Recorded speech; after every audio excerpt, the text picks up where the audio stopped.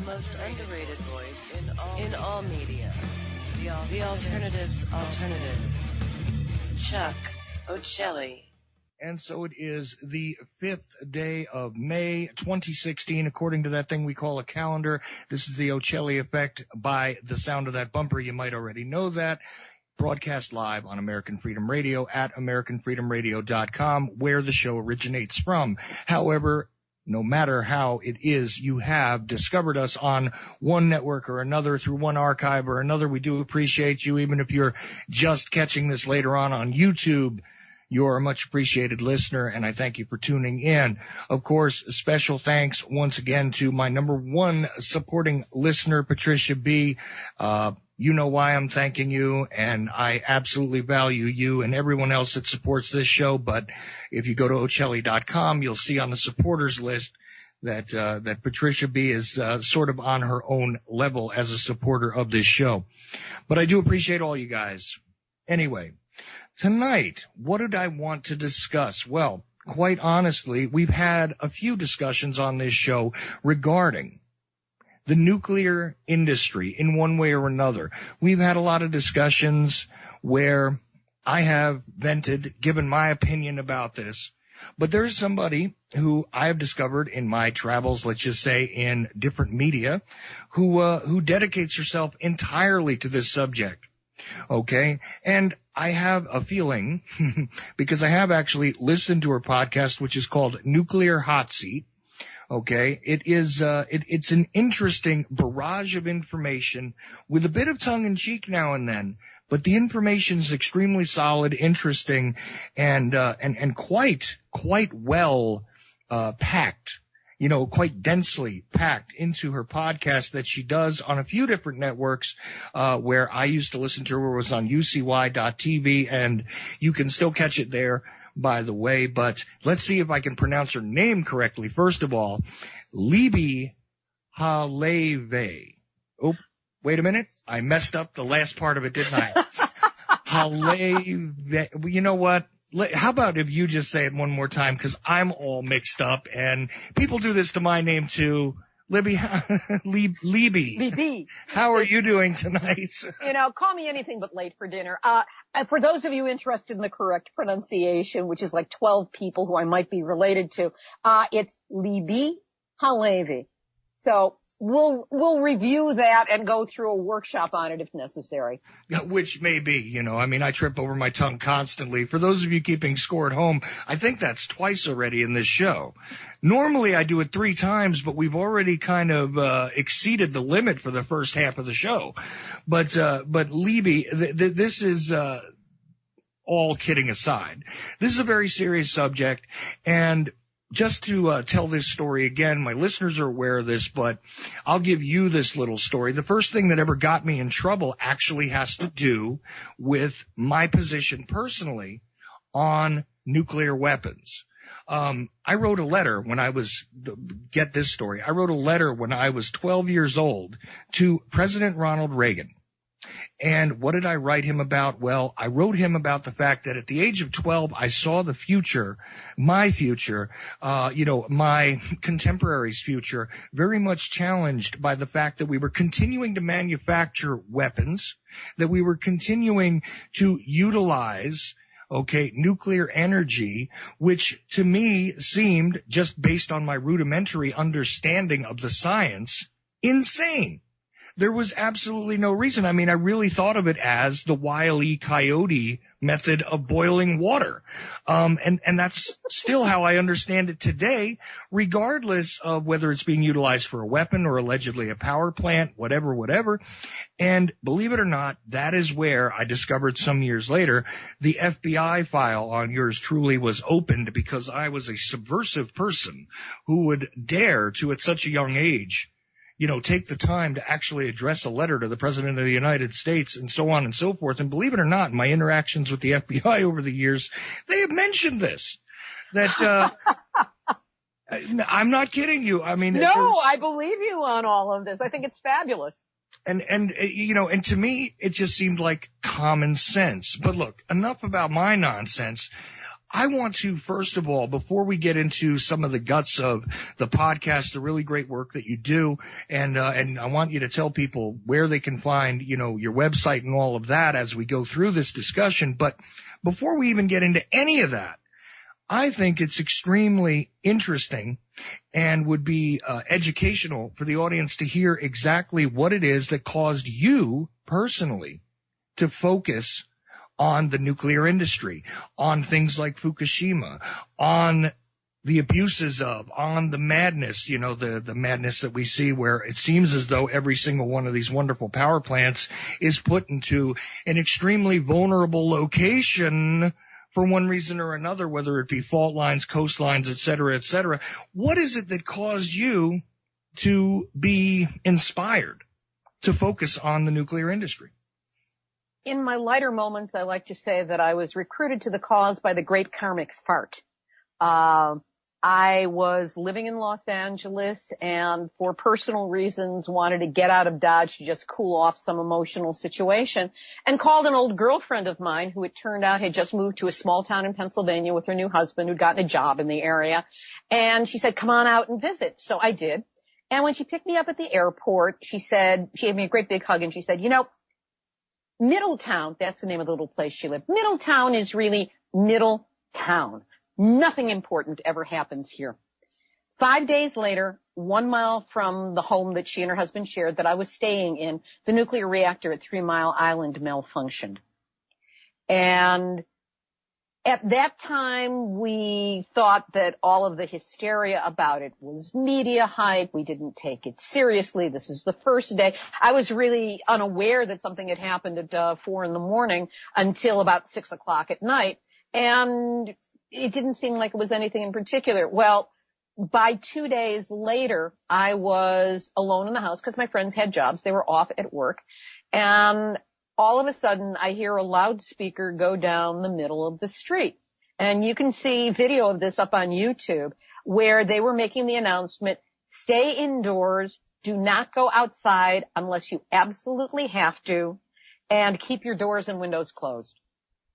And when you're 1 mile from a leaking nuclear reactor and you hear that kind of an announcement, it's kind of like forced entry into the Twilight Zone. I had no transportation. There was no basement to hide in. I tried to call my friends, but the phones were overloaded and making some weird siren type noise, an electronic siren noise. I didn't know anybody. There was no place for me to go. There was nothing that I could do. And I'm a bit older than you. I mean, I wrote my letter to President Kennedy when I was 9 years old, but that was a whole different situation. It was the Indiana Dunes, but that's another topic. But I already knew by growing up in the 1950s the horrors of nuclear radiation and a nuclear explosion, because that had been the propaganda of the environment of the time, that radiation and a nuclear bomb and all of this was horrible, and it was all going to come from the Russians. That's why they told us the truth about radiation back then, because it was meant to scare us, because it was going to come from the Russians. And it was pretty scary stuff that was being put out. It was actually the truth about how bad radiation is, how it impacts our DNA, our chromosomes, and all generations to follow, and that if something exploded, and in those days, we did not know as common knowledge whether or not a nuclear reactor could explode. Of course, the answer was no, except since Fukushima and Chernobyl, we of course know the answer is could happen. Did not happen in this instance. But knowing all that I knew about nuclear from all of that information, the Life magazine articles about fallout shelters and stuff, basically it was the most intense existential pressure, because I didn't know, A, was I going to be dead in any split nanosecond into the future? B, if I did live through this, how much radiation had I been exposed to, and how long would I be able to survive beyond that? I was totally isolated with no way to let it off, and quite frankly, it pushed me into an emotional place. I've since referred to it as 3 Mile Island mule kicked me out of the life I had been living, because suddenly everything that I took for granted about my life, about life itself, was gone. It was over, and it could be destroyed in an instant. And I knew that if that split instant happened where there was a flash and I was gone, I was vaporized, it would not only be me, it would be the United States. It would be the Eastern Seaboard. It would be New York City. God knows how far it would go. But life on planet Earth would never be the same again. And all of this is cycling without break through my mind. It took about half an hour for my friends to actually get a phone line to get through to me and say, we're evacuating, we're coming to pick you up, be ready to go. And at that point, at least I had something to do. But, well, let's put a couple of things in context here really quickly. First of all, you're saying that you're older. Yeah, okay, if you wrote to President Kennedy at 9 years old, we understand about where that would put you. But here's the thing. You also grew up during a time when the propaganda in the schools was about duck and cover, was about being prepared. I mean, there was this concept of, I never understood how it is you were going to be able to utilize a desk, which, that was going to be your shield of protection. But this was a literal real thing and something that they wanted everybody to be prepared for. And especially during the time of the Cuban Missile Crisis having gone by and all that, you would have had a different mindset built in to start with. That's one thing. The second thing is, let's talk about the level of alertness. We're not talking about the age when there were cell phones. We're not talking about the 24-hour news cycle. So literally when you're saying that something occurred at 4 o'clock in the morning, and you didn't hear about it until 6 o'clock at night, it was through no fault of your own. The fact is that everybody waited for the 6 o'clock news on the East Coast anyway, in order to inform them about everything that happened that day, let's just say. This is before like I say, the 24-hour news cycle, the dedicated cable channels, et cetera, and there wasn't a great infrastructure to communicate with people. So you were going through this in a very segregated, isolated kind of psychological state in a house that you went to go chill out in, basically. Look, if you want to be distracted from a failed romantic relationship, I can think of nothing to do a better job of distracting you than a nuclear disaster 1 mile away. There you go. Well, you see, there's the positive end of it. I can always frame it that way. But, Chuck, it's not that the world didn't know. The household I was staying in, these people lived a virtually medialess life. There was no TV. The radio, they would have to plug in to catch a classical radio program. So we were even further divorced from all of that information, which is why we kind of looked at what was happening in the media and people going hysterical. There was already a shadow evacuation going on of people grabbing their kids and their families and jumping in the car and going as far away as they could. People in New York City were wondering, is this far enough away? Do I have to go to New England? People in New England were wondering if they had to go to Canada.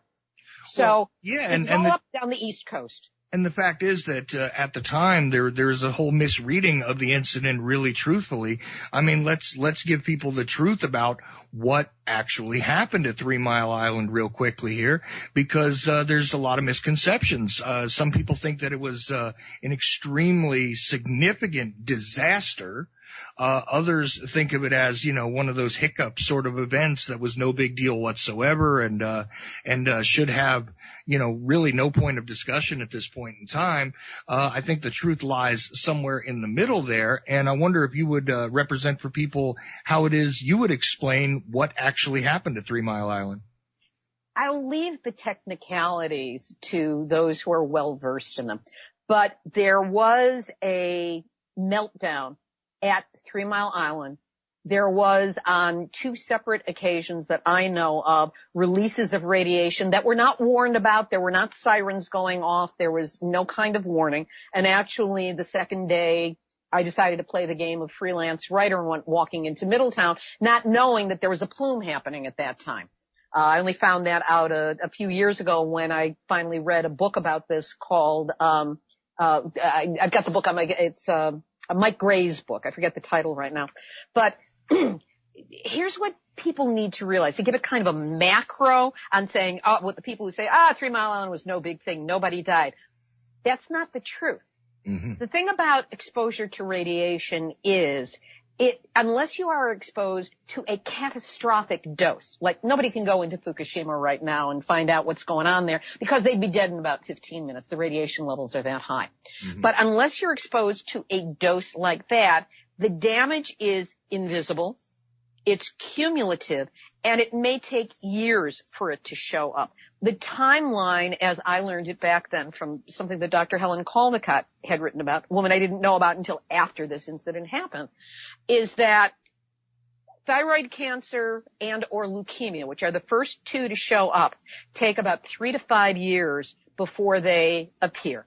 Hard tumors, cancers, only start showing up after 10 to 15 years of exposure, and then from that point on for the rest of your life, it can influence your propensity for getting cancer.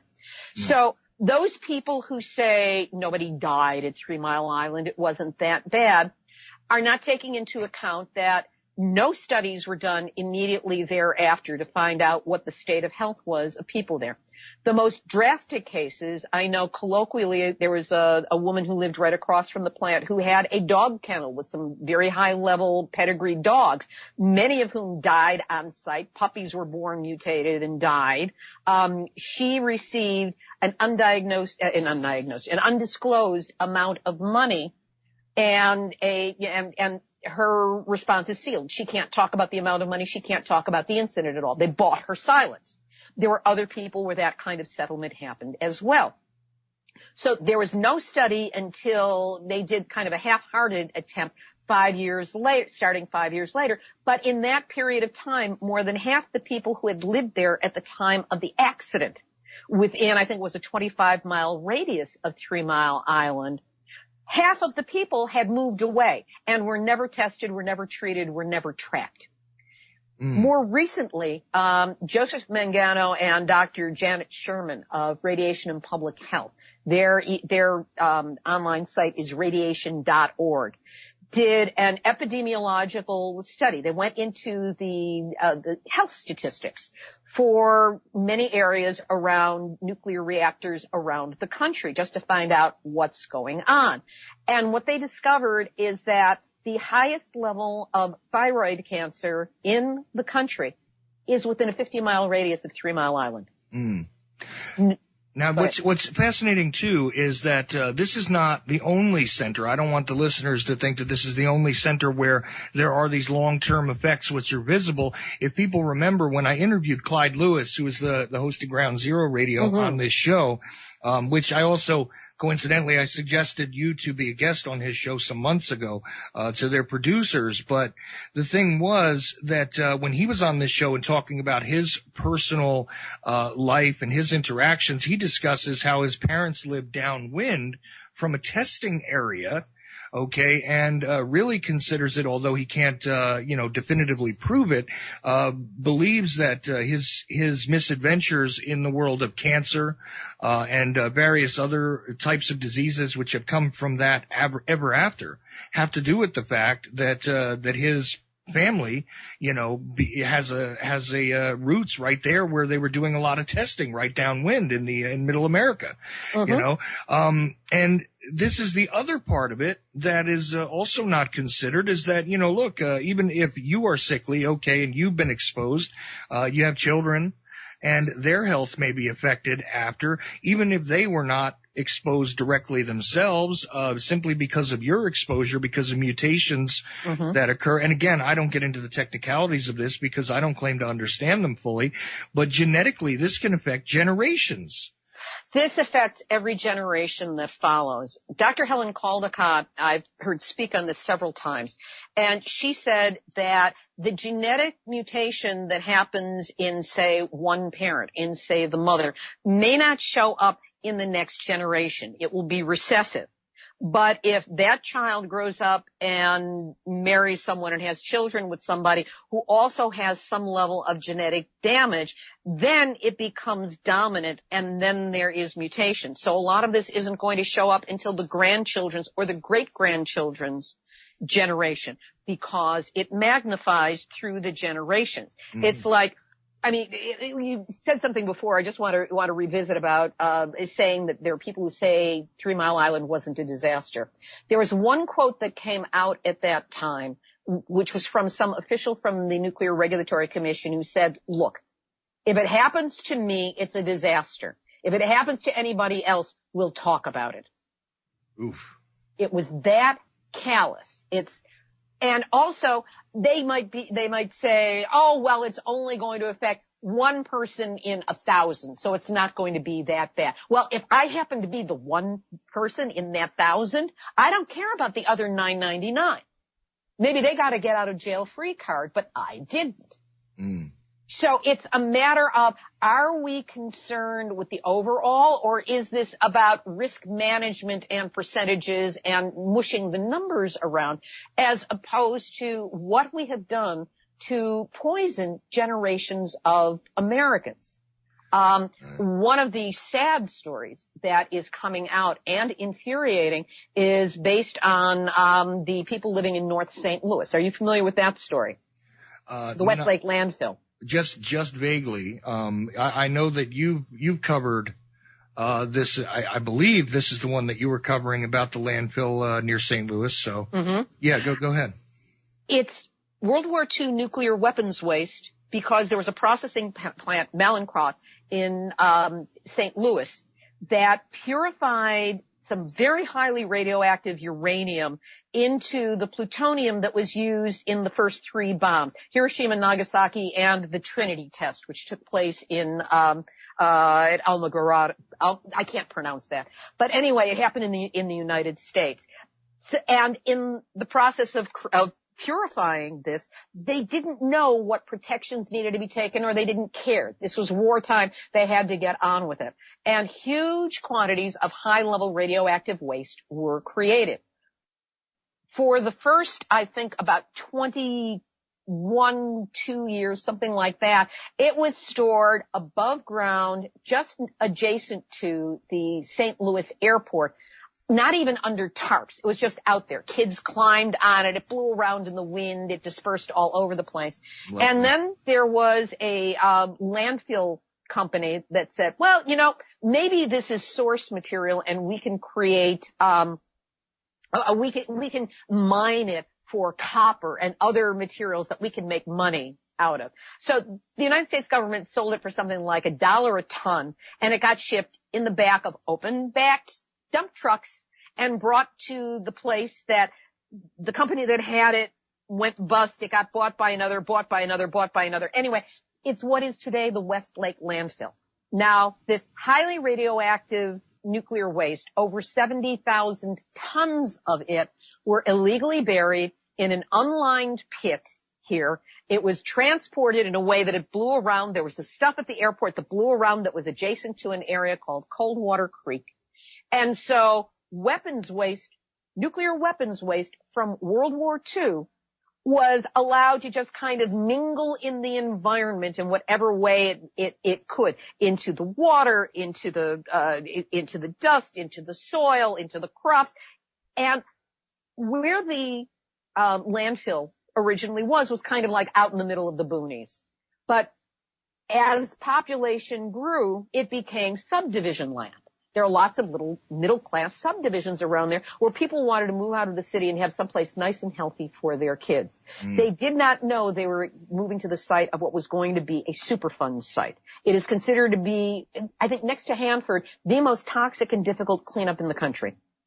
And what has happened is a few years ago, when this information finally surfaced and people found out that they had bought their homes to raise their kids next to a toxic nuclear dump, then they started doing research and doing, there was a questionnaire that went around saying, do you know people who had cancer? And what is it? And gathering the information. And they found clusters of thousands of cancer cases, sometimes 8 or more in adjacent houses that were next to Coldwater Creek, which was the creek that went by the airport and goes by the Westlake landfill.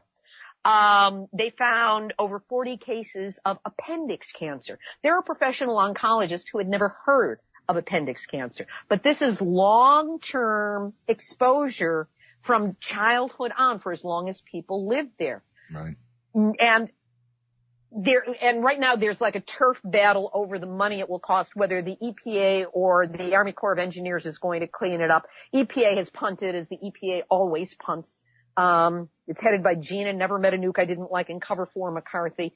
And they're not doing their job. The Army Corps knows what to do, but it has something to do with who's going to cover the money. So it's this big political battle that some Republican who heads a committee in the House of Representatives is sitting on because he doesn't want it coming up until after the election. And meanwhile, people's lives are on the line. People are sick. People are dying because of the long-term effect of radioactive waste.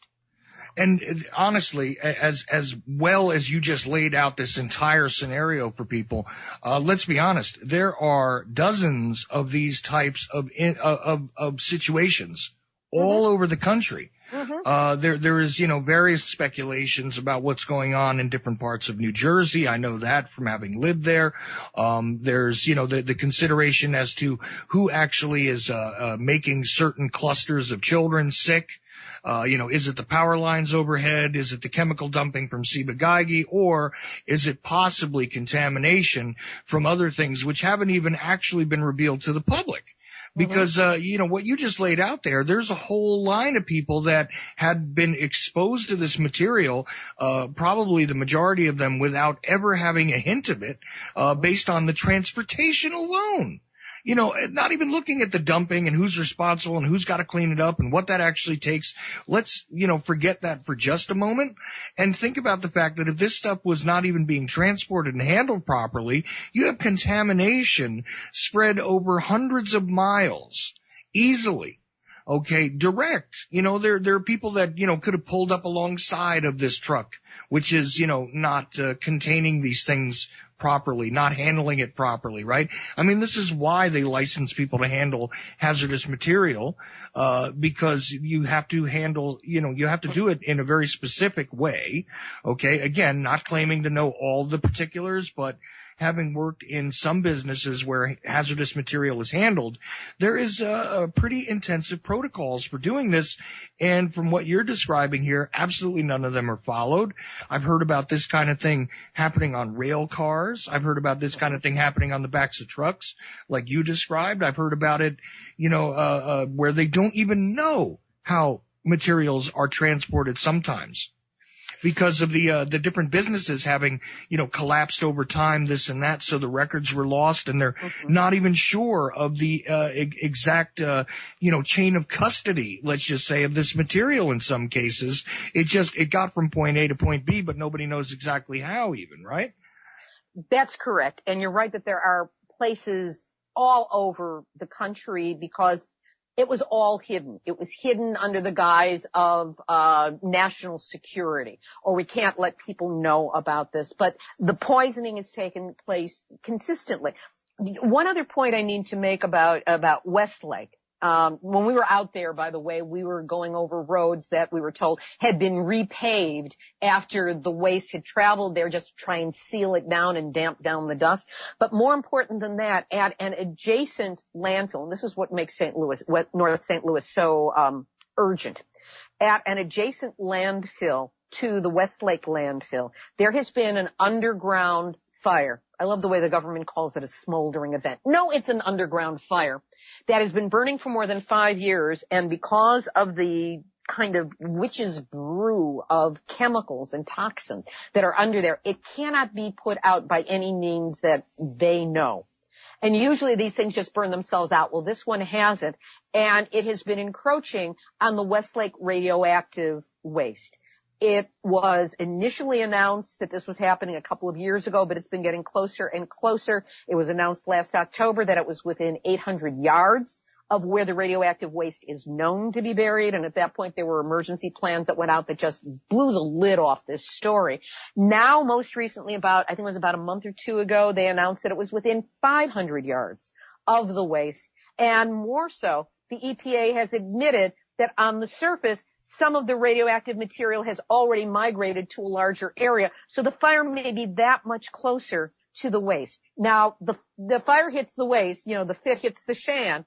We're talking about St. Louis. We are talking about the farmlands in the Midwest, because the particulate matter goes up from a fire, carries it out, and there it goes. Now, we may not know the direct impact, and we can be propagandized out of thinking that there is any, because the results may not show up for a good long period of time, as it has taken more than 40 years at Westlake in that surrounding area for people to be aware enough of a problem to do the research and find it out. Right. But it's all there, and there's so many more stories. I look at this stuff every week in minutia and try and make sense out of it, and it is depressing, it is frustrating, and the proper response is rage, sarcasm, and action. The only way out of the depression around it is to take action. Well, absolutely, and and that's the funny part. When we begin, and I say funny because it's rather sardonic in its character, but the truth is that it's bizarre to me that this is not something that is grabbing headlines all the time. And here we go again. I blame not only, of course, the MSM, corporate controlled. They're not going to blow any whistles on their various affiliates who are, part of the great corporate structure. We know that. But even in the alternative media, quite honestly, this is underreported, underdiscussed, and nobody seems to know anything about this. Yes, they may discuss Fukushima, which I do want to move to with you next, but they may discuss that because that is such, a ridiculously obvious thing that has emerged and continues to be active years after the initial event. Right? It's never going to go away. Fukushima is a permanent wound to the planet.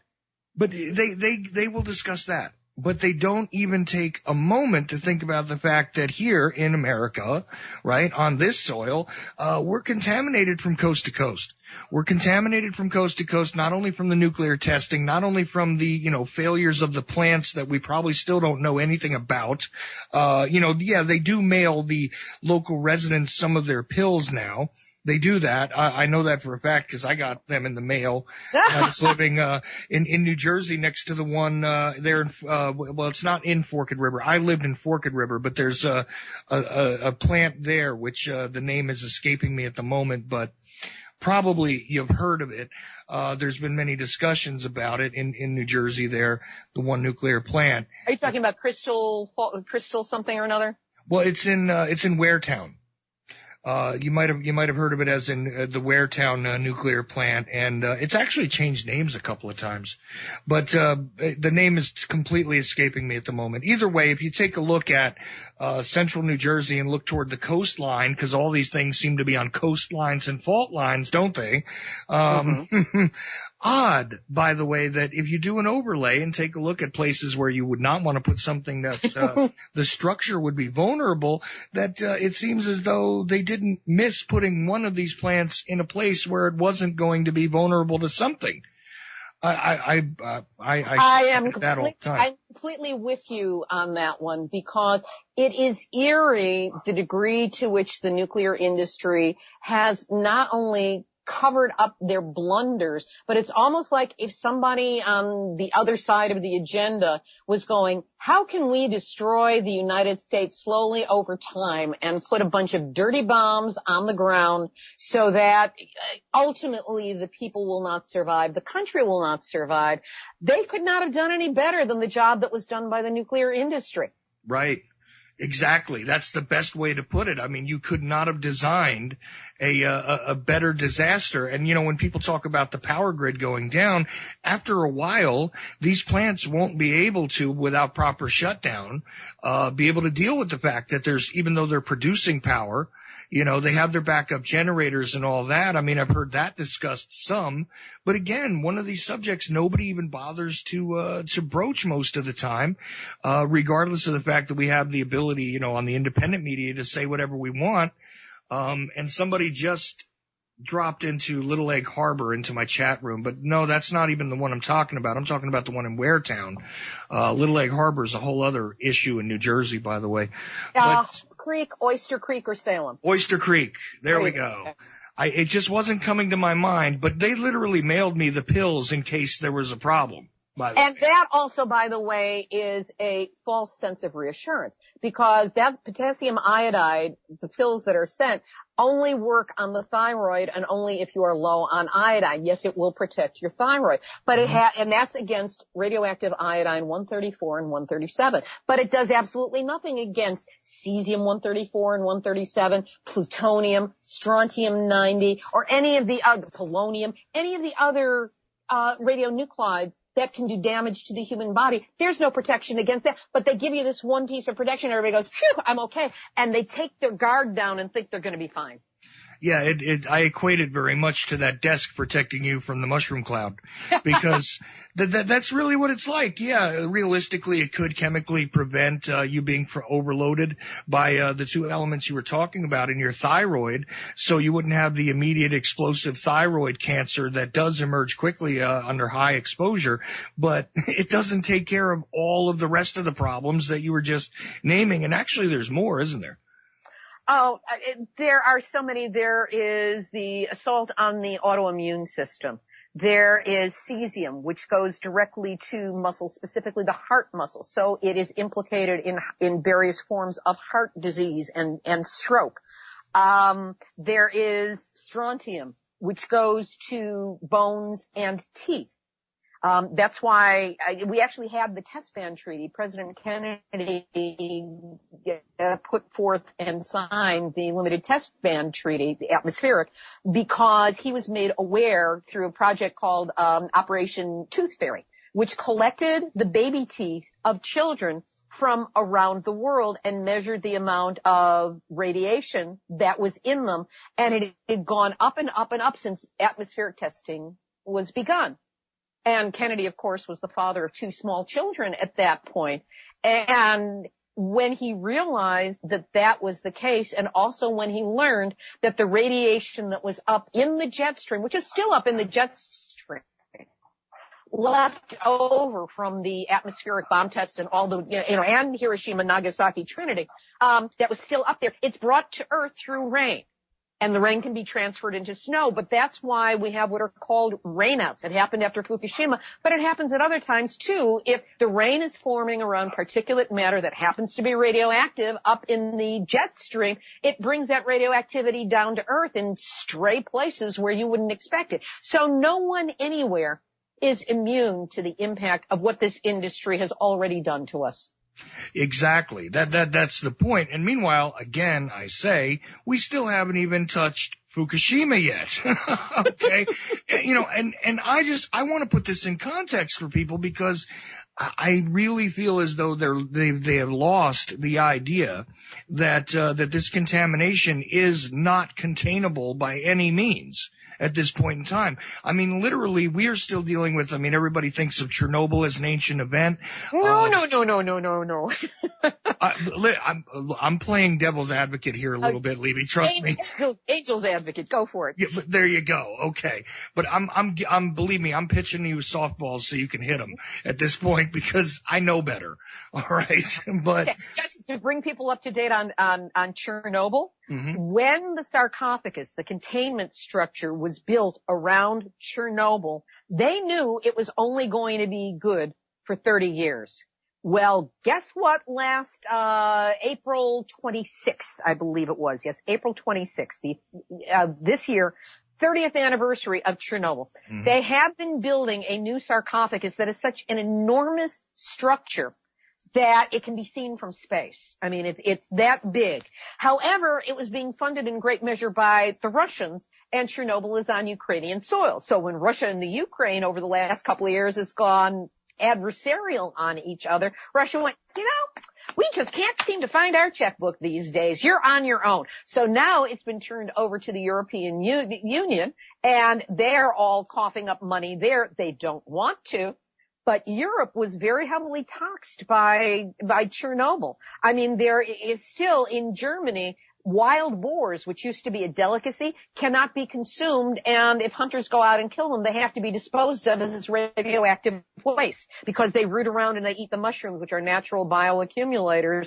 And all of a sudden, you've got radioactive boar. You've got contamination everywhere around there. And while the United Nations completely downplayed what happened at Chernobyl, went, a couple of the liquidators died, a couple hundred, maybe 1,000, no big deal. Whereas the translated reports, the studies, and there are over 5,000 of them in a book on Chernobyl by Yuri, I'm thinking Bandashevsky, and that's the wrong name, Yablokov,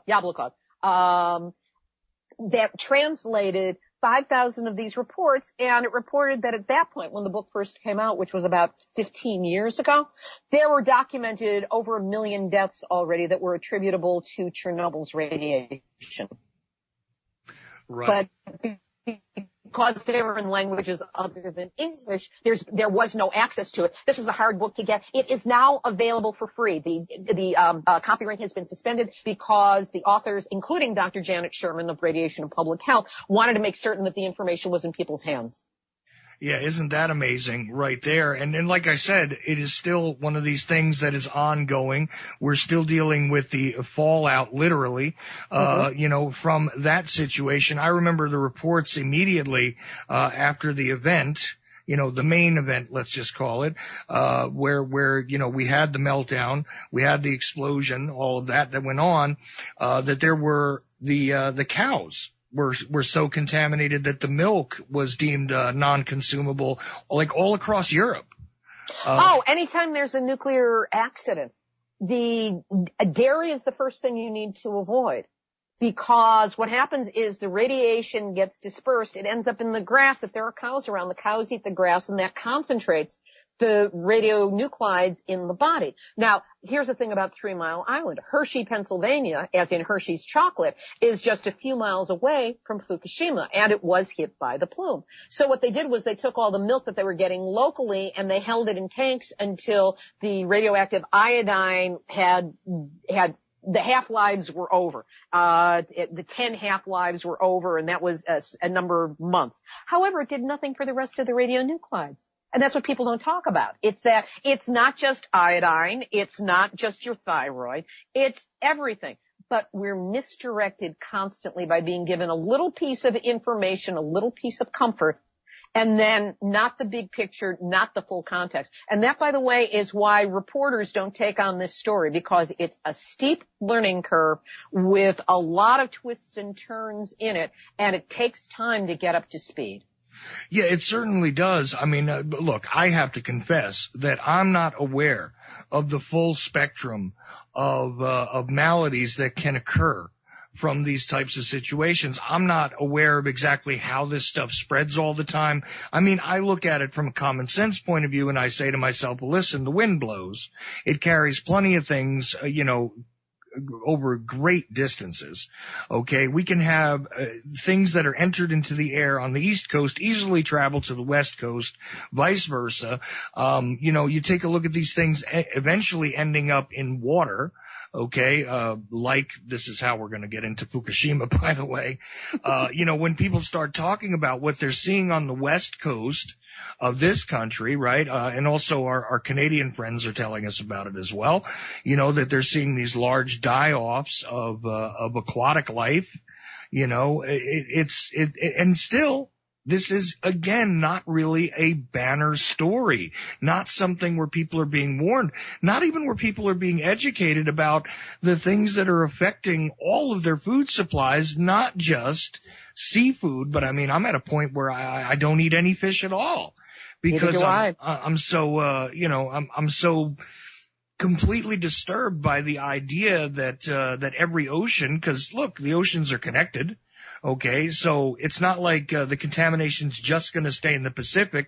So if I get fish from the East Coast, I'll be all right as far as I'm concerned. And I advise anybody that I care about to not eat any kind of fish at this point, because we don't know really exactly how far it's gone, how deep it's gone, and how, unless you understand the food chains in the oceans, you don't necessarily understand very much, except, okay, there are certain things that are scavengers that wind up eating everything. Your tastier deep sea stuff has probably gotten a taste of all of this, the good, the bad, and the ugly. And in this case, when we're looking at the contamination from Fukushima, it seems to be the bad, the horrible, and the uglier. Okay, that's all there is to it. And so I can't consciously serve fish to anyone I know, and I won't eat it, simply because there are plenty of other things in this world to make me sick. I don't need to volunteer for that. Some people think I'm a little crazy. No, it's like, first they ignore you, then they make fun of you, then they attack you, then you're proven right. We should all live so long that actually happens. But it's even more complex than that, Chuck, because, I've done a lot of research on this for a program called Radiation Awareness Protection Talk, which I was with Kim Roberson from Fukushima Fallout Awareness Network, which does focus on food and water safety in the face of the nuclear threat. Mm-hmm. But this includes things like, do you take fish oil capsules? Great. Where was the oil sourced? From what fish? And where were they swimming? Right. You use sea salt. Great. From what sea was your sea salt sourced? Yeah. Kelp. Everybody likes those little kelp things that are like potato chips, only don't have as many calories in it. It's this great little snack. Where was that kelp sourced? Probably off the coast of either Japan or Korea, somewhere in the Asian seas up there, because those are the primary places where this stuff comes from. Well, there's so much out there that can no longer be trusted. And we can manipulate the way we eat. People do this all the time for health reasons, for spiritual reasons, whatever. We can avoid things, but what we have to realize is that no matter how hard you try, you cannot avoid radiation. So let's get back to Fukushima. Yeah, absolutely. That's the odd thing. And of course, we're running into the last 10 minutes of the first hour here, when we're going to take a break for about 4.5 minutes. I forgot to tell you that before, by the way, Libbe. But the thing is, we're going to take that break, and I want to make sure that we go into Fukushima in depth in the second hour. Let's also give people an idea about some of the stuff you do on the podcast before we go to break, because I mentioned that there is a bit of tongue in cheek to it. Like, for instance, you have the numb nuts of the week, which I absolutely salute you for that. For that idea. And it's like, who is the numbnuts of the week, and how is it that you select them, and stuff like that? Maybe you could tell us about that and a couple other things you do on the podcast, including the very show tune sounding music at the during the show. I wonder if you could just kind of speak to that a little bit before we go to break. Thank you. Well, my background happens to include more than 20 years of running a musical theater development group. And I had one musical that was optioned for Broadway. I've had productions of my plays and musicals. So when I first started doing the show, I would just kind of like read the news or do an interview. And it was so deadly, I couldn't even listen to it. It was so depressing. And in the recording of it, I would make little snarky comments, and then I'd think, no, this is serious stuff. I have to edit this out.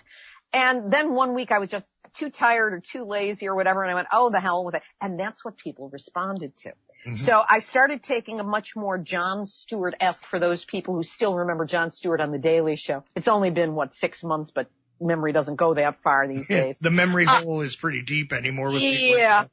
Yeah, but anyway, but that kind of sarcastic overstatement I do whenever possible. And the show itself is about creating context for people to understand, so that if you come to the show the first time and you don't know that much about the issue, I'm not going to say anything about, they're giving iodine tablets out. I'm going to give you the little piece of history and context on it, so you can understand how that is a false piece of manipulation. If I am dealing with Gina McCarthy and the Environmental Protection Agency, I will always call her Gina Never Met a Nuke I Didn't Like, and cover for McCarthy, because that's her history going back to her work in Massachusetts and in Connecticut. And this is well known by certain activists. So I put pieces together, always using as much humor as possible. And as regards my opening number, thank you very much. That was, that one I'm very fond of. I had professional people step forward and say, we'll record this for you. But going back to, numbnuts of the week, in my head, it's for the biggest piece of nuclear boneheadedness and wrong wrong-headed thinking that I can find in the course of a week. And the sadness is how many pieces will compete for numbnuts of the week every week, because it really is a stupid, short-sighted industry. They completely underestimate the danger of what they're dealing with, and they are heartless in terms of putting out their propaganda. So that's my opportunity to go on a rant. It's basically my rant space, to make as much fun in as many ways, both realistically and corny and musical theatery and any other way I can possibly find, to point out the ridiculousness. I think this past week it was about, in the face of all of the problems in the country, over the next 2 years, the Nuclear Regulatory Commission, which is often called the Nuclear Rubber Stamp Commission because they will do whatever the industry wants, they are going to be cutting back their budget by something like $150,000, I don't remember, $150 million, and they will be cutting out somewhere around 175 jobs. And these are like the inspectors, the people who do the really grunt on the ground work, who are good people who want to do a good job. It's the management and the politics behind it that are so feeble and so dangerous. So I do what I can to make that funny. I also do the duck and cover report, which includes duck calls in it. Mm-hmm. And that's for reactor malfunctions and things that are being relicensed that should not be relicensed. It's just kind of like an ingathering of the reactor news for the week, if it's not such a big reactor story that it stands on its own. And I will, again, it's to try and make the information palatable. You're right. I pack in as much as I can, but I try to make it understandable and create a context and give people a way to understand the information and what it means. So often the coverage, the little bit of coverage that is out there from either mainstream media when they can't ignore it, or even alternative media, they will focus on a single aspect of a single story that happens to be relevant at this moment. But they won't put it into a larger context. It's kind of like saying, okay, we have this little chip of sapphire over here, and this is what this little chip of sapphire is about. But they don't fit it into the larger piece of jewelry, where that's only a little chip on the side that relates to all the other pieces. That may not be the best analogy for it, but it's that all of these little pieces create a bigger pattern. And that's what has emerged for me, because, it's one thing to be on Facebook and you see, here's a story, then it's gone. Here's a story, then it's gone. I collect a week's worth. And until I have actually sorted them, and I sort them as U.S., Japan, and then international, and then I start looking and go, okay, what are the commonalities? What connects? I start seeing the patterns. It's kind of like working Sudoku. You look for the patterns, and I see the patterns, where the cover-up is happening, where this story relates to that story, where in the United States, a nuclear reactor where they had more than 10 months of falsified reports and records on their fire reports, the NRC said, oh, they're taking care of it now, it's not a big deal. Same thing happened over in Germany. Those guys are up on charges, and their bosses may be as well. They are going to go to trial, and they are being prosecuted. Now, Germany is doing the right thing, because anybody who plays games around a nuclear reactor or plays loose and fast with our safety, this is the safety not only of the people at the plant, the people, and I hate calling it a plant. I usually call it a facility, because a plant is a green growing thing that gives us oxygen. Mm-hmm. It's not only there in the facility. It's not just in the immediate environment. We are talking about the planet, and we are talking about every generation from this point on. Cancer used to be a rare disease.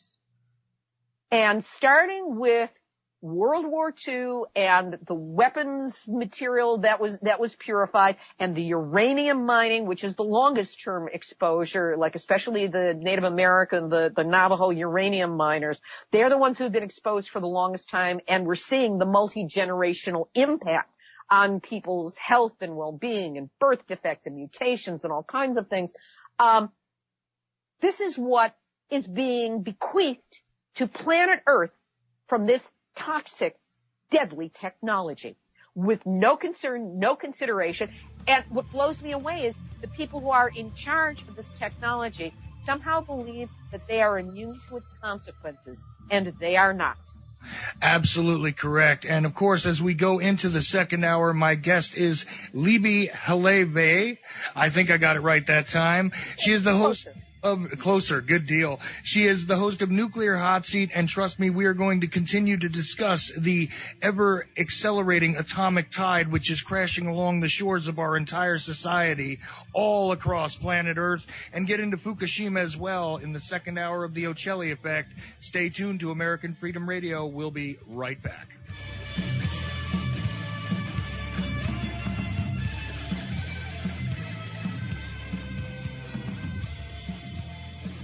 Second hour begins here on the Ochelli Effect. We are live on American Freedom Radio at AmericanFreedomRadio.com. Thank you for finding us however it is you did. Anyway, my guest tonight, Libbe HaLevy. Okay, trying to get the name right as I go. We will have to probably get a seminar on a separate program here just to learn how to pronounce Libbe's name correctly. But I sympathize quite a bit. The host of Nuclear Hot Seat, but somebody who has quite a few things actually going on. I'd like to tell people before I forget, because I often do that. I get lost in the conversation and forget to let people direct the listener to their work. So if you wouldn't mind, Libbe, tell us where people can find, first of all, the podcast, the notifications, websites, and and that other program that you were talking about as well. I'd like, just give it all to them at once. Great. Well, take out your pens. There will not be a test, but the show is called Nuclear Hot Seat, and it is nuclearhotseat.com. is where you will find not only this week's show, but the archive of over 250 shows that I have covering just about every aspect of the nuclear issue. If you would like to get an email notification with a link every week to the show, what you can do is on the home page, there is a yellow box which offers a free chapter from my ebook, which is called Yes, I Glow in the Dark, 1 Mile from 3 Mile Island to Fukushima and Beyond. It's available on Amazon. The free chapter is in exchange for you give us your first name and your email address and you get it. What that does is puts you on the database, and you will receive every week an email with a link to the show, a brief explanation of what's in it, and also you can go to the website because each episode every week has got enrichment information. I have an area called The Missing Link, which are stories that were too long or complex for me to get into on the program, but there's a link to an article that will explain it. There's also something that I've worked on, which is called Radiation Awareness Protection Talk, which is a 6-audio series on all the different ways to protect yourself from the impact of radiation. We're talking about food, water, air purification, how to protect your home, how to protect your pets and your garden, as well as what you need to do in terms of an emergency. This was researched along with Kimberly Roberson of Fukushima Fallout Awareness Network. If you want to know more about, it's called the Radiation Awareness Protection Talk, and the initials are RAPT. So if you want to know more, go to Wrapped Awareness, R-A-P like Peter, T like Tom, awareness.com. And that also has a free report on it with lots of information in it, and you can find out about the program there. This is all dedicated to giving people the information they need to, first of all, protect themselves and also be empowered through Nuclear Hot Seat to know where to fight back and how to fight back, because each episode also includes discrete little actions that people can take to start the fight back, be it sign a petition, make a phone call, whatever it turns out to be in a given week, because we need as many people as we can. We need everybody fighting back against this, because it's the only thing that will make the politicians and the people in charge pay any attention whatsoever. And we've got to do it because time's running out on this issue for us to be able to survive it. Absolutely. And just for the listeners, Wrapped Awareness, that is actually one of the bookmarks that I have permanently because I've gone there and utilized the free report as a reference. So I would tell you that it's a valuable thing personally to go look at yourselves out there. So now that we've given all of those particular plugs and everything, and if we forget to mention it again before the end of the show, you also, by the way, I know a lot of you guys like to kick around on YouTube. You will find episodes of Nuclear Hot Seat on YouTube. That's for sure. I know that it's on the UCY.TV channel on YouTube. Oh, iTunes. I forgot about iTunes. It's there, and the archive is also on iTunes as well. Okay. See, now iTunes, yeah, that's another place. You're all over. You're all over the place, Libbe, but it's that's me all over. But here's the thing, you're all over the place because the radiation is all over the place. So you have to be. That's the way I see it. And now, as we go a little further, because I did say let's hold off on talking about Fukushima, because honestly, I wanted to give it a little more time than we had left toward the end of the first hour. It's one of these things that I am still I've been shaking my head at this thing ever since I first learned about it. I mean, you want to talk about surreal, the concept of this thing exploding, the event continuing to be in play, to still be, in my estimation, out of control because, I mean, look, let's break it down. Without giving a lot of detail. I mean, I'll break it down without giving a lot of details. You go wherever you want with it. But to me, this is a major event which occurred. It should have really raised the alarm across the planet, considering the residual effects that were going to come from it, the contamination of the Pacific Ocean, the fact that very, very seriously intense amounts of hazardous material was released into the jet stream, so it could be carried all over the planet. Okay, I figure that there's probably no place on this, rock that hasn't been reached by the radiation from Fukushima at this point, and especially considering how many years has this been going on, and what are they doing? They're dumping seawater into it, and then it's got to go somewhere. Right? So where does it go? It goes back into the ocean unless I'm mistaken. And how many times has that happened? How many millions of gallons of the ocean are now, thoroughly, completely glowing in the dark? Excuse me for using such a term, but I mean, realistically, how much damage is being done still to this day occurred from the initial incident, and yet do you hear even a whisper about this, in the MSM, and even those in the alternative who were discussing it quite intensely during the first year have left it alone at this point. It's like nobody's even bothering, nothing to see here. If, out of sight, out of mind, that's pretty much where it's gone, but not for you. but what I'm saying is, I mean, for the most part, I don't know, address the whole thing in any which way you want here, because I think it's one of those things that we should be talking about constantly, because it's constantly having an effect. In the food, in the ocean, in the, in the possibilities of how far spread this event has actually gone. It seems to be worldwide. I mean, I don't know. Maybe I'm mistaken about all that, Libbe. Go ahead. No, of course you're not, Chuck. There's no way to overstate, really, the dangers from Fukushima. And the fact that, I think I said earlier, it's a wound to this planet that will never be fixed, that will never go away, and continues to be a danger. It's like the best possible result would have been to declare the whole thing a disaster area, dump a whole bunch of zeolite on top of it, zeolite was used in Chernobyl as well, but find some way of encasing it, walk away, evacuate the area around it, and don't bother it until it's cooled down for between 200 and 400 years.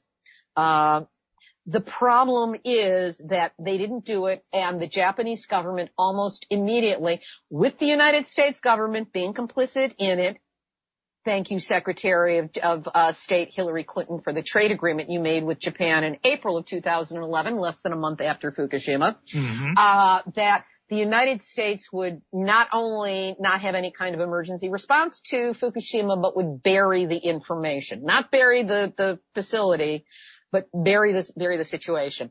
Brief version, total meltdowns in 3 different nuclear reactors. One of them had an explosion. We have video of it, that shot radioactive material up to the upper atmosphere into the Pacific Ocean. Because the prevailing winds, because of the rotation of the Earth, the prevailing winds forced most of the released radiation that was in the air to the east of Japan. So the island nation itself didn't get hit with the worst of it. Then people went, oh, isn't it great? It landed in the ocean. It went away. Well, when it comes to radiation, there is no away. It went into the ocean. It also, when it first happened, there was talk of the radioactive plume that, because of the rotational speed of the Earth, was heading towards the west coast of North America and was expected to start hitting, not hit and be gone, but start hitting in 8 days. And I live on the west coast of the U.S. I'm in the Southern California area.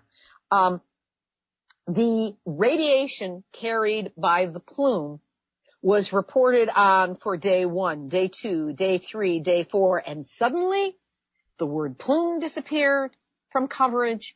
The radiation reports stopped, and it was as if it didn't happen anymore. It didn't exist anymore. And I was already covering this pretty manically, because of 3 Mile Island. It's like I knew immediately what the dangers were. And I was watching this very closely, and I was trained in media. So I'm covering the story, and like somewhere around day 4.5, even the stories that referenced the plume and 8 days disappeared. Mm-hmm. So the manipulation was already there. We've since seen email where there were nuclear engineers and experts in the field who were allied with the United States government, and they were all over their email with each other saying, let me get my hands on this. I think I've got an idea. Let's talk. Let's get some conference calls going. And they were stopped. They were told, no, stand down. We're taking care of it. So in other words, there was no desire for people to jump in and treat this as the big deal that it actually was.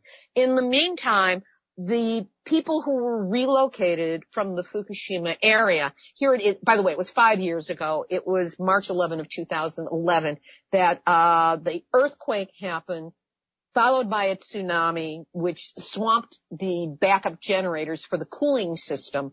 And at that point, it was an out-of-control meltdown situation. And we were only saved from much worse consequences on this planet by a very brave plant manager named Masao Yoshida, who stayed back.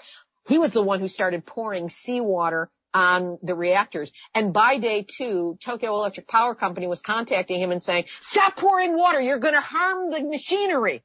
They had no idea what was going on. And he and the people referred to as the Fukushima 50 basically saved a large portion of life on Earth.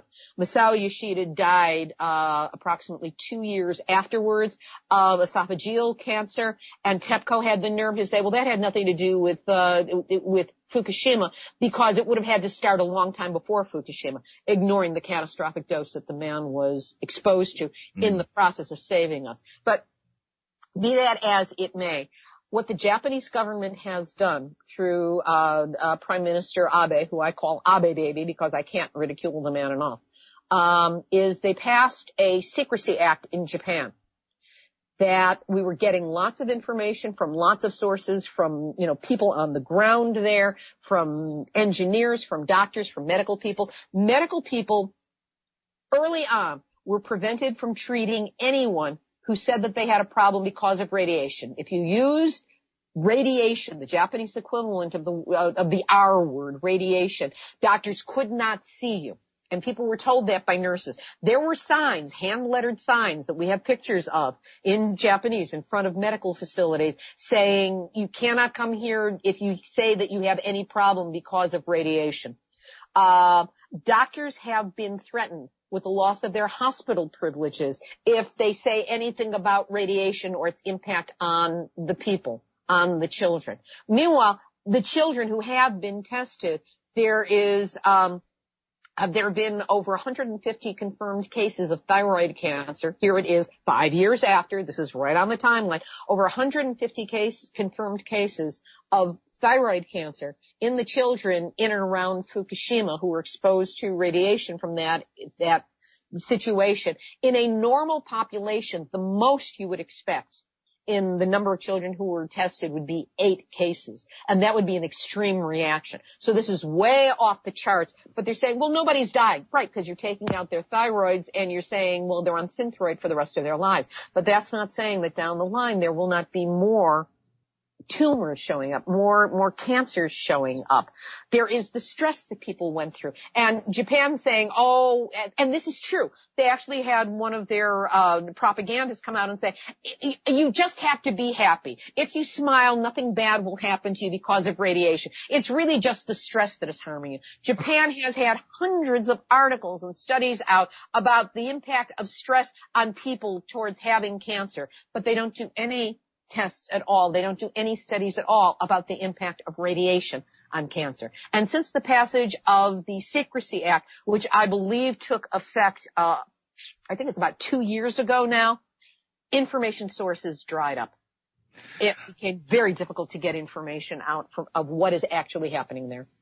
Well, right. I mean, even people on the ground in Japan that were English speakers that I've spoken to over the years have told me that basically, you know, the authorities are stating, look, it's all right, it's under control, you know, you're fine. I mean, this is what I heard not just from you or not just from, you know, reading articles, but I mean, I've heard from people that are there that the general attitude is, you know, don't worry about it, it's okay. You know, you may not want to go and visit, you know, that particular area where the plant is, you know, where the facility is. I'll correct myself.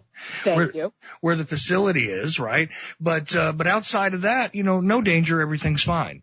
You see, that's part of the propaganda, and a lot of that goes back to the fact that Tokyo landed the 2020 Olympics, and they did it after Fukushima by Prime Minister Abe baby going in front of the International Olympic Committee and going, it's under control. We've got it. This is more than 2 years ago. He lied, and the IOC went, sounds fine to me. Let's go put the Olympics there. Now, not only Fukushima is still out of control. They may have water tanks there. They're putting in an ice wall now that is a failure before it's even been instituted because there are so many reports about the problems with this thing that it's never going to work. But I know that, you know, whoever built it got a lot of graft from the government. This is about cronyism and, let's give the contract over there. We'll give the money to these guys over there because they'll kick back a certain amount of it. I don't know that as stated fact. This is my sarcasm and my skepticism coming out. I think it's well grounded, but do I have the jot and tittle facts on that? No. However, it is well known that all their remediation is not doing any remediation at all. They can't even send they can't send a human being in to figure out what's going on because they'll be dead in 15 minutes. They can't send robots in because every robot they have designed and sent in fries within 15 minutes to 30 minutes, so they don't know where the corium is, which is the melted core of the 3 reactors, which continue to go down. They're in contact with the groundwater. They're in contact with the ocean water. There's water pouring out of the buildings because they still have to be under that flow of water to keep them cool. You said how much water is it? Well, it's between 300 and 400,000 tons of water every day that gets cycled through there in the attempt to keep that thing cool enough that it doesn't go critical. Now, with the Olympics coming up, they are actually building facilities in Fukushima in the previous evacuation zone, which are trying to make a non-evacuation zone because the stipends to the people who were forced out of their homes are going to be removed as of 2017. They will all be forced back into that area, which is radioactive. It's like Chernobyl. I mean, there's a dead zone around Chernobyl for a reason. It's because, there might be things living there. They're highly radioactive and there are mutations all over the place, which we know for a fact from the work of Professor Timothy Mousseau, who's done research at Chernobyl and at Fukushima. And the same mutations that have been found in insects, butterflies, small mammals, and birds at Chernobyl are showing up already in Fukushima. Exact same, they're just earlier on the timeline. So we know that there's continuity there in terms of the mutations. To say nothing of, we have no facts at all on birth defects, on miscarriages, on any kind of health impact that has taken place to the people of Fukushima because the government doesn't want to know. It's planned deniability. We don't have any statistics on that. That never showed up in any studies. They're not doing any studies. Of course it's not going to show up in any studies. They are threatening doctors with losing hospital privileges, which is necessary in the Japanese medical system. They're basically threatening them with the loss of their livelihood. They say anything about radiation, guess what? They're not going to be talking about radiation, at least nowhere where anybody can hear them talk about it or where they can be credited with talking about it. It's all a big lie and a cover-up. Anybody who decides to travel to Tokyo for the Olympics in 2020, should they be so lame-brained, is out of their mind. But even more than that, any of the elite athletes, the finest physical specimens on the planet who are planning to go to those Olympics should not be even considering that. They should write that off. And even worse, the Paralympics take place at the same time as the Olympics. These are, to use an old phrase, the handicapped kids, the physically challenged kids from around the world who come to compete. It's like the feel-good experience of all time. There are actually facilities being built in the Fukushima evacuation zone for the trials of various events to take place. For the surfing, I think that surfing is now going to be an event, or it's being tested as an event there, will take place off the coast of Fukushima. They are... Wait a second, Libbe. Let me make sure I heard you correctly here. You're telling me that a testing event for surfing as an Olympic event, which would absolutely require that people are going to be swimming, dealing with the ocean with their boards, okay? You're telling me that they're going to do this right near where they have dumped these millions of gallons. You said 300 to 400 million gallons? Every day, 300,000 to 400,000 gallons of water. That's what they're attempting to store in the temporary tanks there. I may have overspoken that. I do know this. The beaches around Fukushima have been open for several years now, and people flock to them in summer because they're such beautiful beaches. Right. So they're swimming in the waters there. The fishermen have had the zone where they're not allowed to fish around Fukushima cut down. I believe the change has been from 20 kilometers out that they were prevented from fishing because of the contamination of the fish to 5 kilometers out. So they're fishing there. The Japanese government has put tremendous PR around the world behind the promotion of the food and the sake that is produced in Fukushima from local Fukushima produce that's there. It's like, good. Isn't this, the greatest stuff?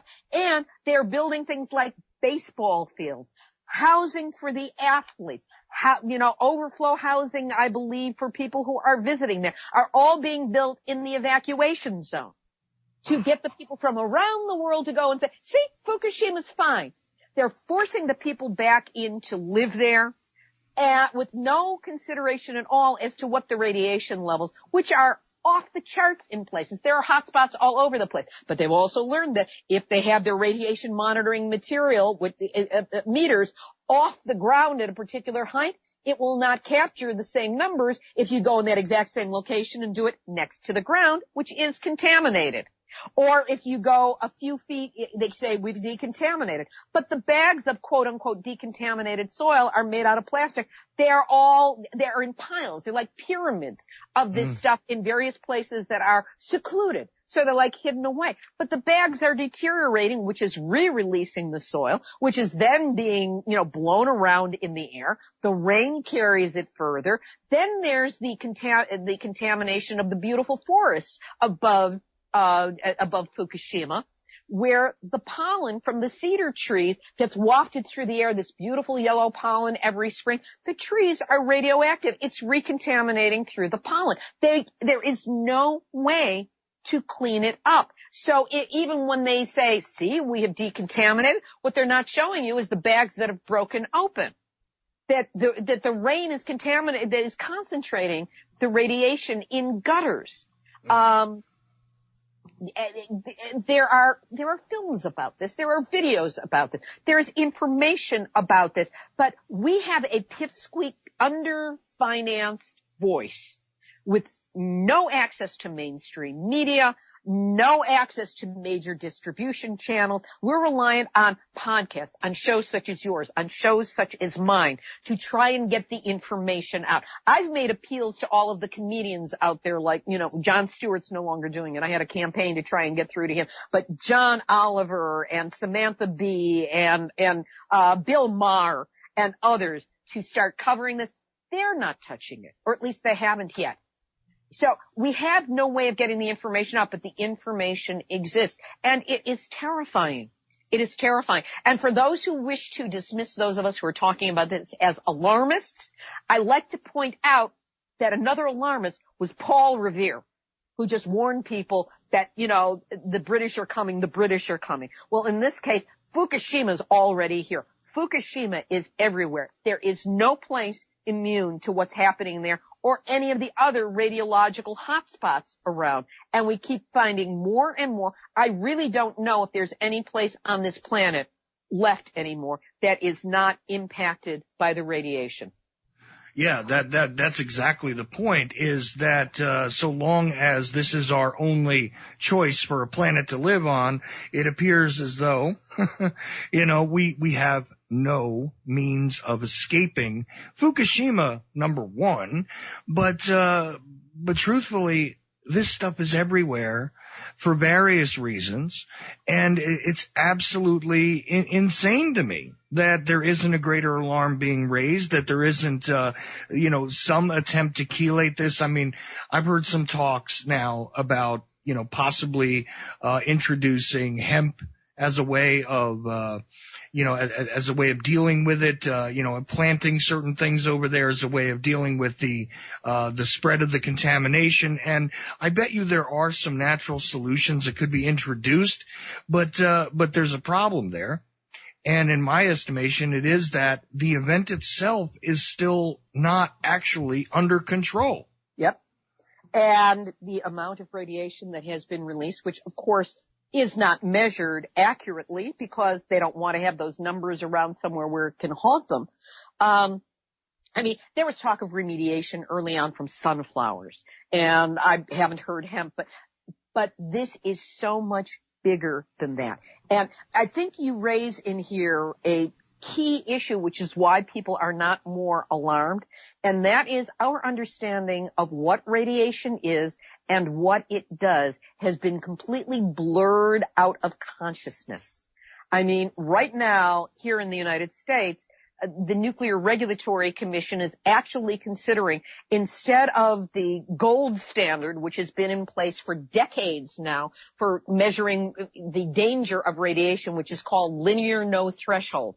And we have plenty of, there's something called the biological effects of ionizing radiation, BEER, and is what it's called, the BEER 7 report, because it's the seventh in the sequence, just reconfirms what we've known, which is that there is no threshold below which it is safe to be exposed to radiation, that it does damage from the get-go. You do not need to have a catastrophic dose.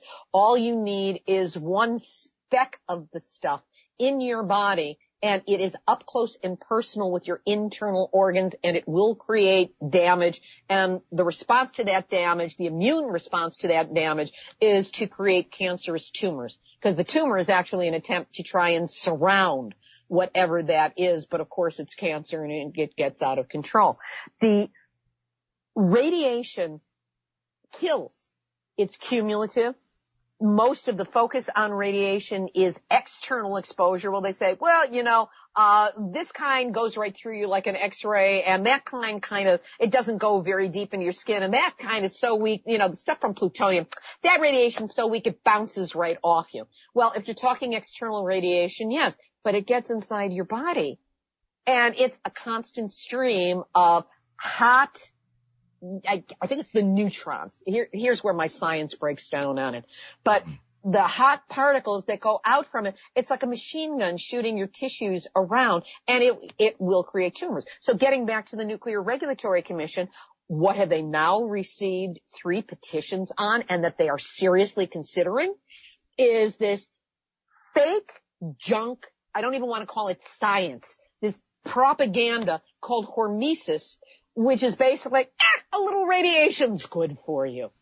And they're actually considering that as a change in the standard. If people don't understand what radiation does to the body, how dangerous it is, that it gets into our water, which means we drink it, it's in our bodies. We inhale it, it gets into our lungs. That's how somebody who's never smoked a cigarette in their life, never been around secondhand smoke, can come up with lung cancer. It's not mysterious, it's radiation. And all of this is having a dire ongoing impact on our lives. Right now, 1 out of every 2 to 3 of us is expected to get cancer sometime in our lives. And I will bet that there's not a single person listening to this program who does not know at least one person who has or had cancer, had being that they're in remission. Not a single one. I've done this as an experiment when I've done speaking engagements, which I do a lot in person. And I just have people applaud to give us a sound level. And I say, great, if you don't know anybody who has or had cancer, I want you to applaud. 3, 2, 1. Never have I had a single person clap even once. Well, and that's something else. The fact is this. Okay, we talked about how old we are earlier, and you're a touch older than me, but I'll just use my lifetime as an example. When I was a child, once again, you might have heard of somebody in your neighborhood who had cancer. They were generally somebody that was older. They generally were abusive to their body in some way, shape, or form at some point. Mm-hmm. They were somebody who worked in industries like they had been in the coal industry, let's just say. They had worked around toxic things in one way or another. They had worked for a chemical company, or they had maybe been a refrigeration guy who was exposed constantly to different chemicals, or maybe they were what do you call those guys? Like an exterminator who goes around and kills bugs and small pests and things like that. So they had lots of exposure to poisons, and they wind up with some sort of blood cancer or whatever, this kind of thing. But it was a rare occurrence. Like cancer was there might be one person in your neighborhood, let's just say. Nowadays, though, quite honestly, even when I have this open discussion and I'm talking to people that are potentially going to come on this program or whatever, and they tell me, listen, I'm going to go down to the store, and they're a regular customer there, let's just say, and they know the guys that work there, and generally they even run into the same customers because they're a very, very regular customer at a store, and they'll tell me, I'm going to go down and get my coffee, or I'm going to go down and buy my lawnmower needs a blade, or whatever it is, okay, hardware store, convenience store, whatever it is.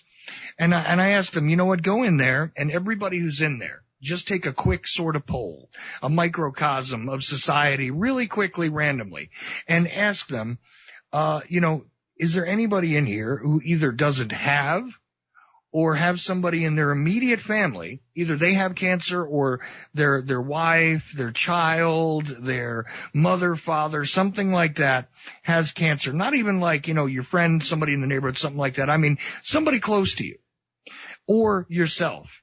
And every single time that I've had somebody do that, they have come back to me and reported that 80 to 90% of the people that they run into either have had some sort of, battle with cancer themselves, or have had somebody close to them.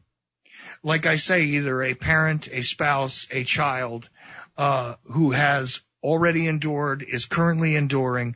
And for the most part, really, when we're talking about the 80% level, that is usually what is reported out of the people that are there that have actually had it, whether it be skin cancer, lung cancer, some form of leukemia, so on and so forth. But the number goes even higher when you go into your immediate family.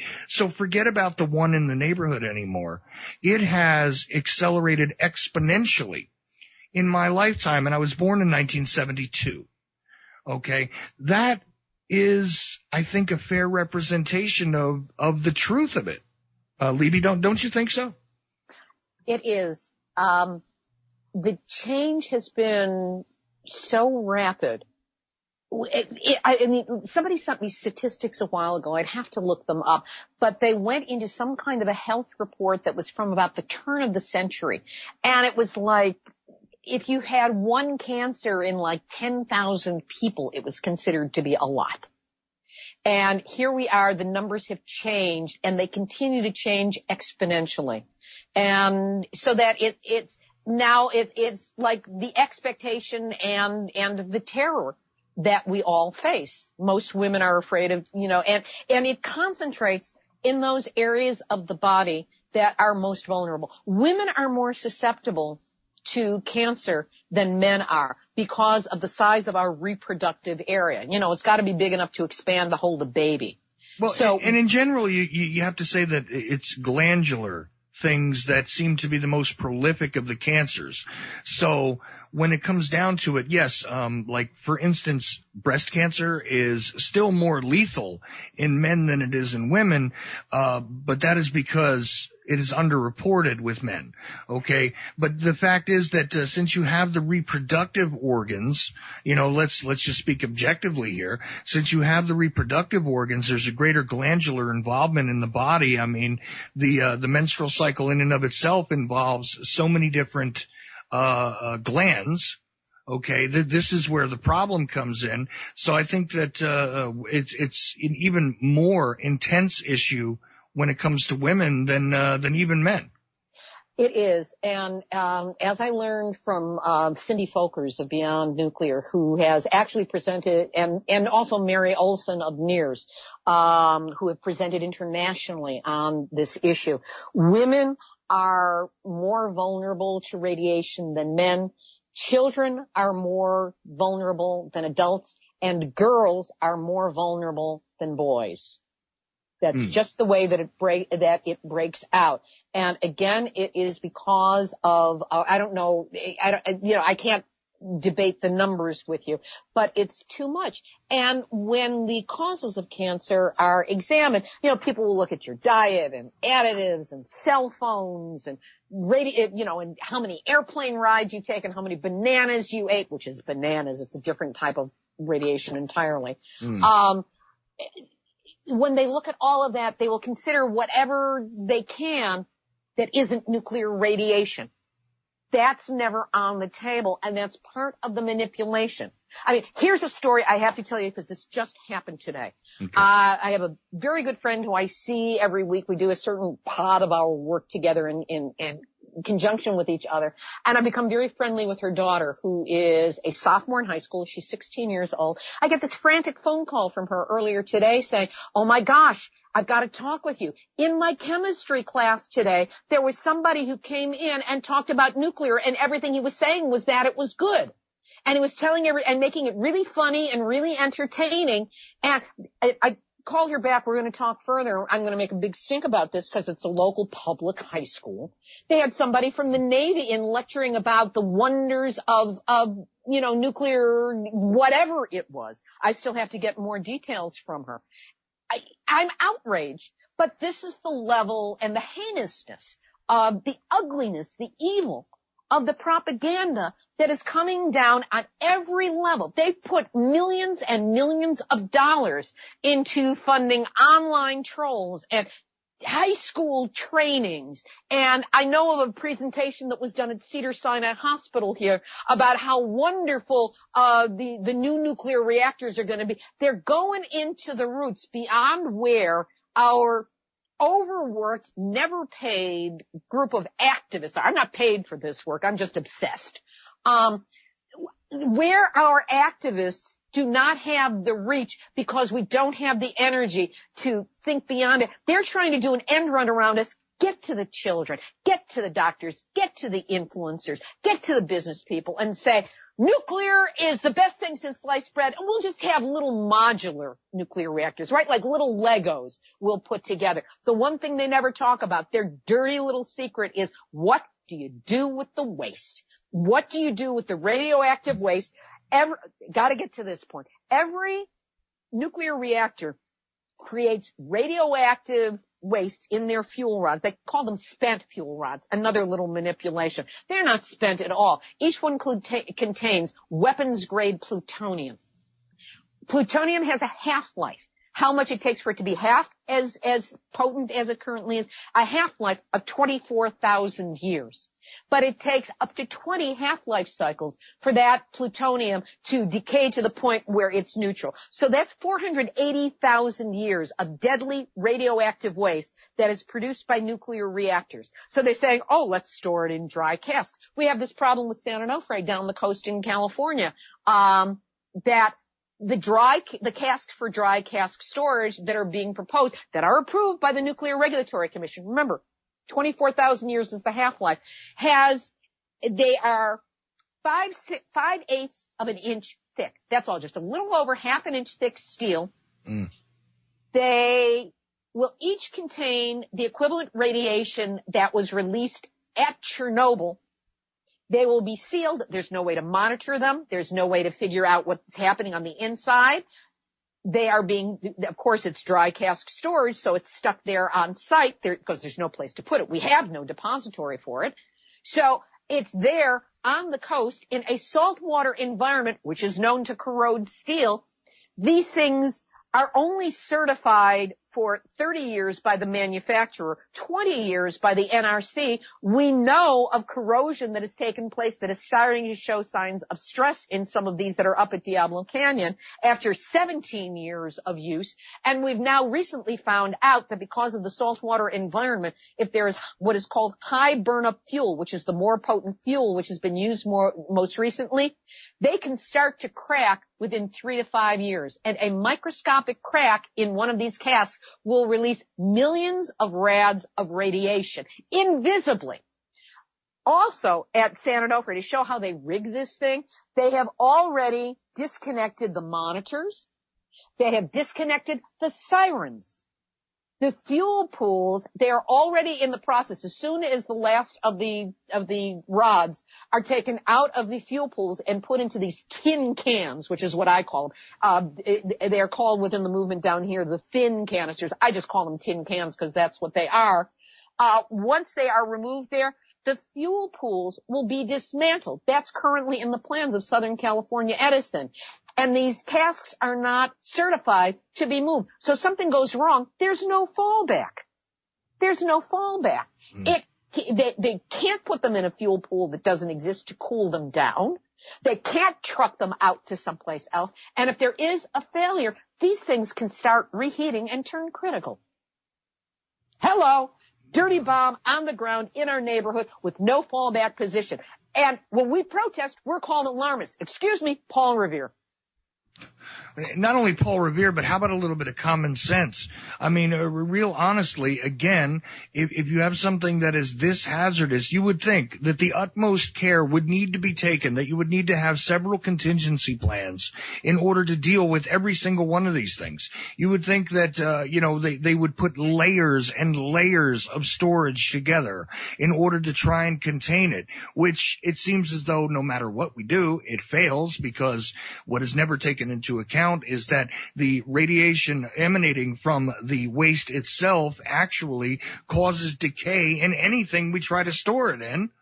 Again, unless I'm just out of my mind here, it just appears to me to be intellectually completely not misguided. Misguided is too kind of a word. It's on a massive scale homicidal and yet suicidal at the very same time, because the truth is, who is going to be able to escape it?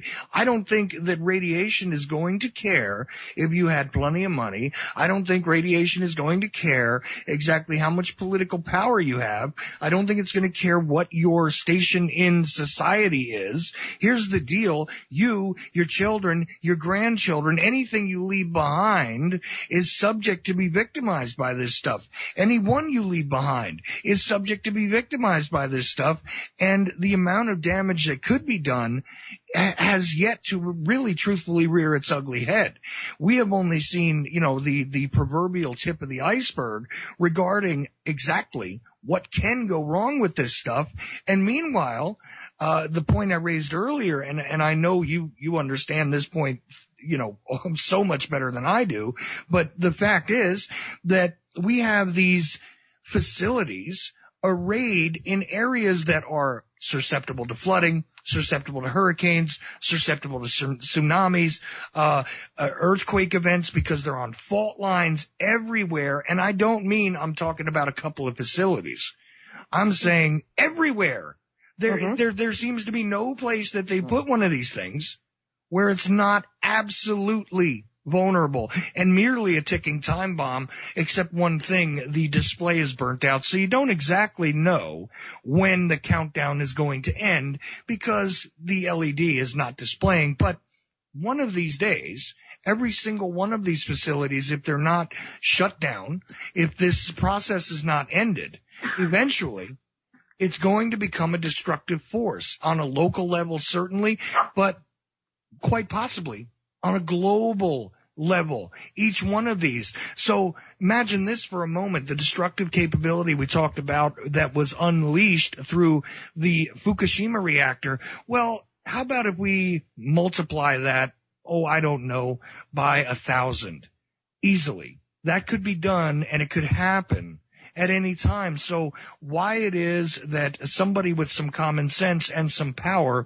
is not absolutely making this a priority, why it is that we have a political candidate in one of the alleged two parties, in this country who is running for the POTUS at this point in time, who could easily be handed some culpability for the fact that people are under-reporting, under-discussing, not even honestly examining the damage being done by Fukushima, and in fact encouraging trade, as you brought up earlier. Yes, I am talking about Hillary Clinton.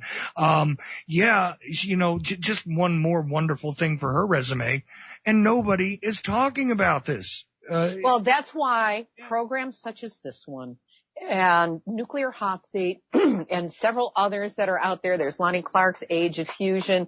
There are other people who will periodically cover this, why it's so important. And, it's good that you raised the point about earthquakes, because people have been sold the line about Fukushima. Here's another piece of manipulation, that it was the tsunami that did it. Well, the tsunami absolutely made things worse, but it was the earthquake. We know because some early reports that were later censored, but some early reports were that the workers were already running out after the earthquake because there were broken steam pipes, and they knew that the supply of water was already interrupted, the cooling water that's required for these facilities.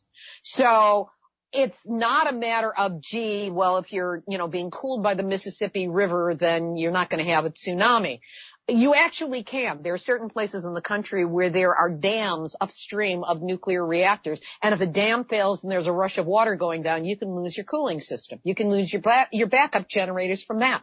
So yes, we are vulnerable everywhere. This is the most wrong-headed energy move that was ever made. I'm mad at Einstein for ever talking to the atoms and finding this out and, starting this trail. But what we've got to do now is put pressure on elected officials, on our public utilities commissions. We've got to take action and make noise to raise this issue, because for those of us who are aware, we know how bad it is that the psychotics and the sociopaths are in charge of this horrible technology. And if we don't do something, you're right, radiation doesn't care who it hits or where it goes. It's an equal opportunity destroyer of life. And there are extremely rich people. One of the interviews I did was with an activist down in New Zealand, Kevin Hester, And I just jokingly said to him, because it's south of the equator and on the beach said, at least south of the equator, you'll last longer. I said to him, so if I wanted to immigrate to New Zealand, what would it take? He said, boatloads of money. He said, you'd have to get in line behind the millionaires who are already down here, who are in line behind the billionaires who are already down here and buying up huge tracts of land to bring in their bunkers and their militias. That's already taking place. So there are people who think that they've got the money to help them survive. But what kind of a life is it if you have to live in a bunker underground to avoid radiation and your children never see the sky? And you have destroyed this magnificent, intricate web of life that is planet Earth. What kind of life is that to be living? And what makes you think you'll actually still be living it? Yeah, that's precisely right. And, not to belabor the point even more, but the fact to me that this, again, is ignored. It's mind-boggling. It's completely mind-boggling. People will worry about so many other things, but the fact that their food supply is under attack, the fact that the planet, which we have no reasonable backup plan for, is literally being attacked on all levels by radiation, by this methodology that, again, I point back to my childhood, that was shown to us as the cleaner, more environmentally friendly way that power could be provided to civilized nations. That was a great thing. Too cheap to meter. That's what they used to say. It would be energy so cheap, it would be too cheap to meter.